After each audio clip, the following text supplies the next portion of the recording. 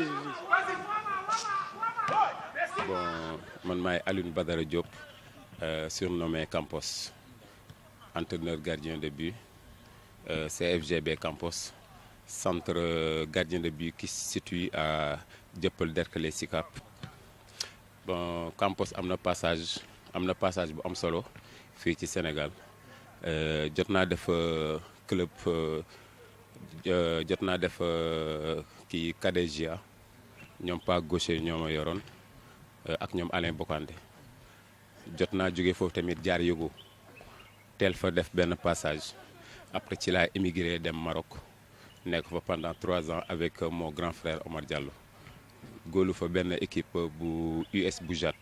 2e division B. jaar naa tamit petite catégorie Raja pendant quelque temps def fa tes léegi bi ma jógee foofu noonu nag ñibbisiwaat Sénégal defaat passage comme ni may waxee passage bu am solo bi ma ñibbisee aussi jaar naa ci nawetaan yi def ci exploit parce que góolu naa Walidane bu Derklé góolu naa Dëxla tamit bu Castor góolu naa Mbolo góolu naa HLM 5 finalu 2005 bi man maa ko góolu ak 2006 góolu naa Duc aussi première division Sénégal waaw def naa passage bu am solo ci def naa tamit nombreux pays dem naa fa def ay tests ñëwaat surtout Émirats arabes waaw motivation bi comme je dis toujours motivation bi passion la d'abord passion bu am solo passion boo xam ne tey góol dafa nekk si ñun dafa nekk suñu deret surtout sport ku ñu xam xam ne góol am nañ si passage boo xam ne li tax ñu motiver ñu ñun am na fuñ ci toll foo xam ne dañ ko bëgg a yeggale ak suñu ay rakk ak suñu ay jarbaat am nañ si expérience xam nañu système bi ñuy liggéeyee ak ñoom kon donc looloo waral tey ñu mën a bëgg a jàppale suñu rakk yi pour ñu dem parce que aussi dama am expérience boo xam ne xëy na dama ko dund gis ko à l'extérieur muy motivation boo xam ne tey ñun gardien africain bu ñu demee extérieur dañuy pêcher ci benn côté. pêcher mooy que ñun amuñu spécifique mooy métier dañuy am talent foog ne talent bi doy na looloo ñu nax moo tax tey tout le temps bu ñu demee góol boo gis mu dem rek day ñibbisi ñu ne la pourquoi ñu ne gardien yi nekk Europe dañoo xam spécifique dañuy jàngal seen ay xale à bas âge lii spécifique mooy travail prise travail réflexe travail yi nga xam ne moom mooy technique gardien yi nga xam ne tey jii ne ñun dañ ko manqué mooy que ñun duñ ko def ñun dañu nekk ci sable bi dañu nekk ci suuf si ñu ne booy lu ñu dóor nga jàpp nga foog ne mën nga góol boobu nax nga sa bopp looloo tax tey jii nii ñuy gëstuwaat di liggéey pour jàngal booy spécifique pour bu ñu demee ëllëg taxaw Europe rek dinañ ne tey gardien de but entraîné na la koo xam ne am na expérience loolay motiver européen pour ñu jël la man daf ma dimbale parce que man daanu ma woon supporter lu bare mais dama gis ne booy ñu ngi may dimbale may supporter parce que jàngale bi may jàngale moo waral tax may supporter parce que damay jàng ci sama benn grand muy Omar Diallo tout le temps daf may wax nit il faut que nga koy critiquer jéem ko rectifier parce que quelqu'un kuy jàngale du critiquer kon boobu da ngay nekk ci beneen position boobu noonu nag la ñuy éviter maa ngi koy dund des fois da ngay tardé sax ma xaw a mer léegi gis nga benn geste dama xaw a mere booy tuuti mais damay ñëwaat ne comme maa leen éduqué dama leen di tane tout le temps di leen indiwaat à chaque fois métti na parce que damay dem ba sama copain naan ma sa baat bi daa changé mais ñoom ñoo ma ko jaral parce que bëgg-bëgg bi moo fi ne. Sénégalais yi sûrement am nañ appréciation. waaw écho yi may dégg mooy que dañ ma naan booy liggéeyal ku la ko wax ça veut dire que li ngay def mu ngi jëm kanam tamit aussi li ma gën a motiver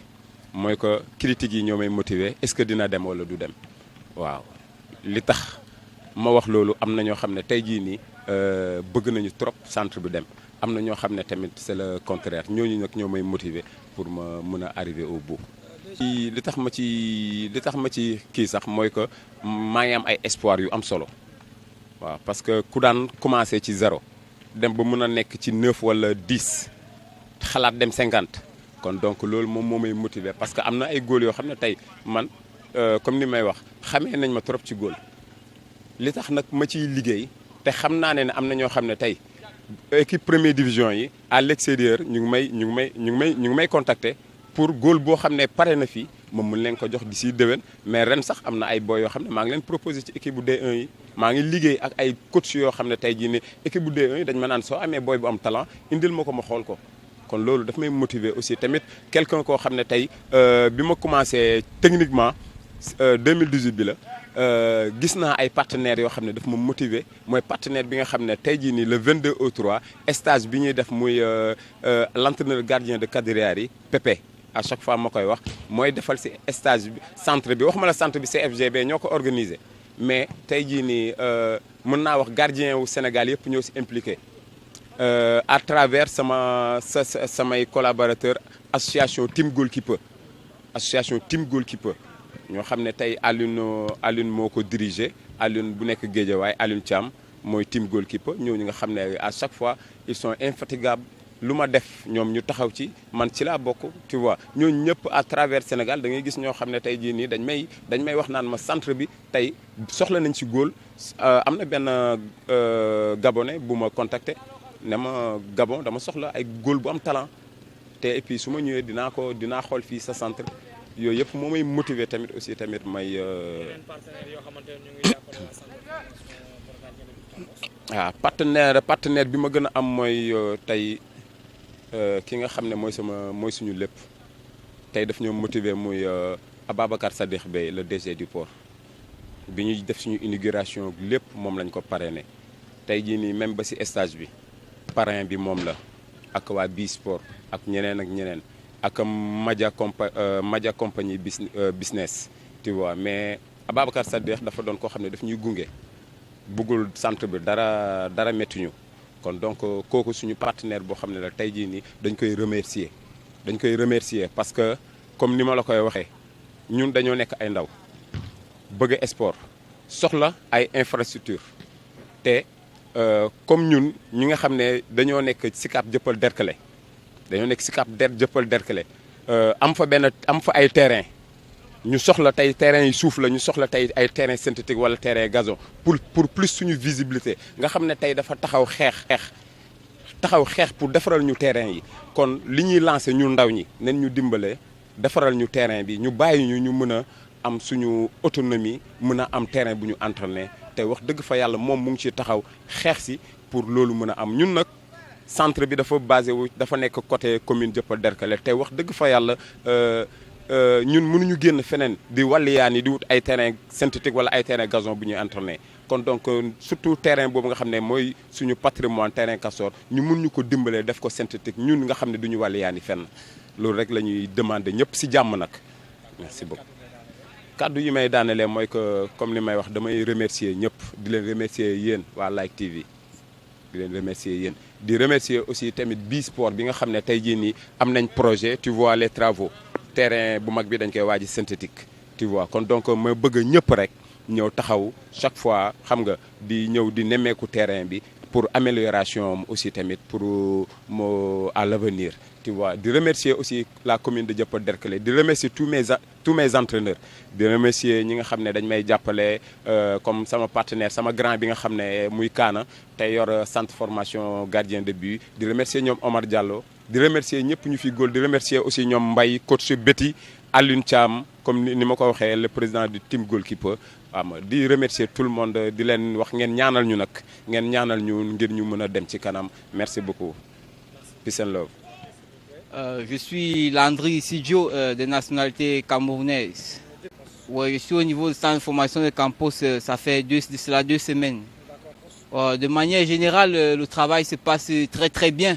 Le travail que M. Campos nous propose, il est formidable. Ça nous permet d'améliorer nos techniques, beaucoup plus dans le jeu, et d'être beaucoup plus rigoureux dans le jeu, beaucoup plus attentif. C'est de venir voir comment se déroule le travail au centre de formation. Et d'eux-mêmes, ils pourront juger que le travail est excellent. Oui, et à base de 2 semaines, ils verront leur niveau déjà augmenté. Oui, c'est un peu ça que j'appelle les jeunes à venir voir comment ça se déroule dans le centre de formation. et surtout ils seront satisfaits du travail proposé par le coach Campos. waaw wax dëgg fa yàlla moom fii moom coach yi macha allah quoi am nañ coach Campos am coach Betty